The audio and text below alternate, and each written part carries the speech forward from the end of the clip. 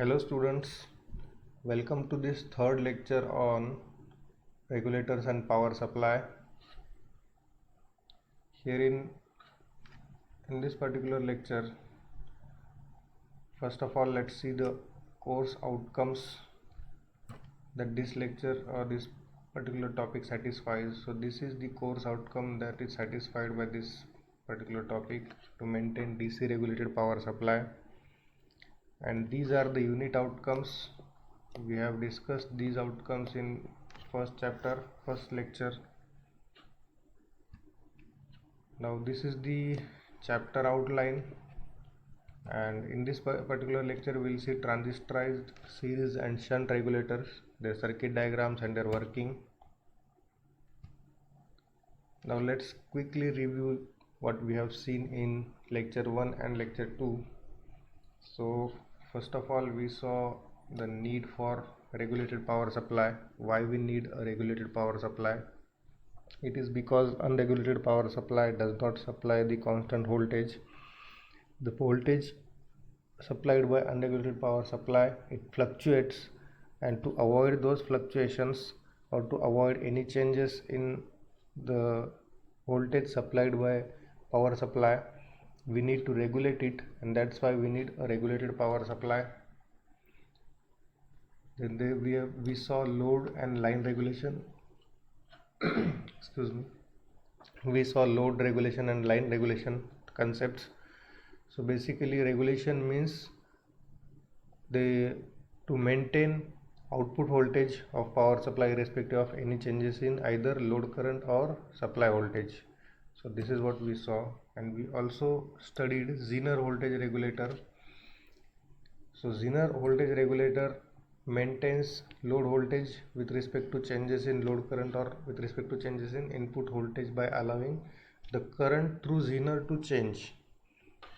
This was the equation that we saw, and we saw how it regulates or how it performs load regulation and line regulation. Now in this particular lecture we'll see transistorized voltage regulator. One is series, second is shunt. So let's start with transistor series voltage regulator circuit diagram. Here this is the unregulated input, this is the NPN transistor, then this is Zener diode that we are using, whose voltage rating is VZ, meaning that Zener will work only if voltage across it is more than VZ. Then there is a series resistance R, and this is load. Voltage across load is VL, that we want to keep constant, that we want to maintain it. Now if we apply Kirchhoff voltage law to this loop, then what we find is this VL is equal to this VZ minus VBE. So VL equals VZ minus VBE, because the polarity of VL and VZ are same and polarity of VL and VBE are opposite. So that's why what we get is VL is equal to VZ minus VBE, or if we write VBE, we get VBE is equal to VZ minus VL. Again remember that VZ is fixed. Once you choose a Zener diode, VZ is fixed, you cannot change VZ. So any changes in VL will result in changes in VBE. That's the main point of this particular design. Now let's see how it works. So whenever there is decrease in RL, whenever there is decrease in load resistance, obviously this load voltage tends to decrease, and this decreases VBE because VZ is fixed. As I mentioned earlier, VZ is fixed, so decrease in VL results in decrease in VBE. So what happens is when VBE decreases, VBE increases, increase in VBE. When VBE increases, it increases the forward bias of the transistor, and which decreases the collector to emitter resistor of the transistor.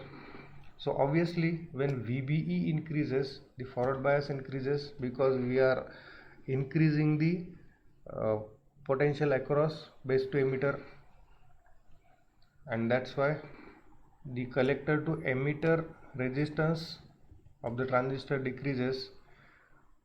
Due to this, what happens is there is a slight increase in the input current in order to compensate for this decrease in RL.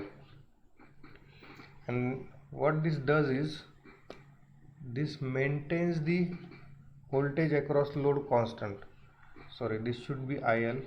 This is a typo here. So this IL remains constant, and that's how voltage is regulated, or output voltage is regulated against changes in load resistance. Now let's see what are the limitations of this and what are the advantages of this model. So first of all, let's see advantages. The one important advantage is that the change in Zener current, they are reduced by the factor of beta. So in Zener regulator, the changes in Zener were large, and that could have which could result in damage of Zener diode. Now here what happens is changes in Zener current, they are reduced by factor of beta. So that's why the Zener is in safe zone.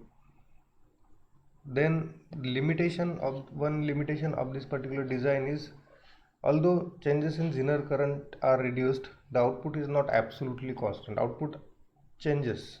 So this is a limitation of this particular design. Then let's see transistor shunt voltage regulator. Now this design is very similar to series, but there are some basic differences. Again, this is unregulated input, this is output that we are trying to regulate, and remember the connections here. The transistor is connected in, or the regulator voltage, this regulating arrangement, this is connected in parallel with the load. That's why it is called shunt regulator. Now if we see the voltage across load VL, it is equal to the sum of this voltage across Zener diode and VBE, voltage across base and emitter. So this equation gives this relation. Now if we can calculate VBE from this relation, so VBE comes to be VL minus VZ. Again remember, this I is total current supplied by the input, VR is voltage drop across this limiting resistance R, and VL is voltage drop across load resistance. Now this input voltage is equal to this VR plus VL, remember this. Now coming to its working, now any decrease in VL, if VL decreases, obviously it will reduce VB, because there is direct relation between VL and VBE. Now because of decrease in VBE, IB also decreases, and also IC decreases, because IC is equal to beta IB. What will happen because of this? It results in decrease in VR. So it results in decrease in this VR. Sorry, I think this is a wrong diagram here.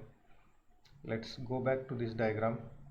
So because of decrease in this IC, there is a decrease in this VR, and therefore because this VR decreases, there is increase in VL, because VR plus VL is constant, which is input. So any change in VR can change VL. Now VL, there is decrease in VR in such a way that VL remains constant.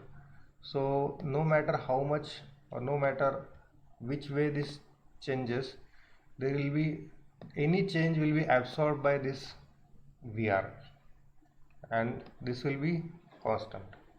So this is how it works. Now let's see its limitations. So the first limitation is, very large portion of the current passes through RS rather than load. Second limitation is, there is considerable power loss in RS. And third limitation is, there are problems of over voltage protection in this circuit. So we have to protect the circuit against overload, over voltage. These are the limitations, or we can say these are the drawbacks. And with this, this chapter comes to end. If you have any queries, you can contact me on my email ID. My email ID is this one, or you can contact me on WhatsApp. We have WhatsApp group, so you can contact me here. And thank you for watching.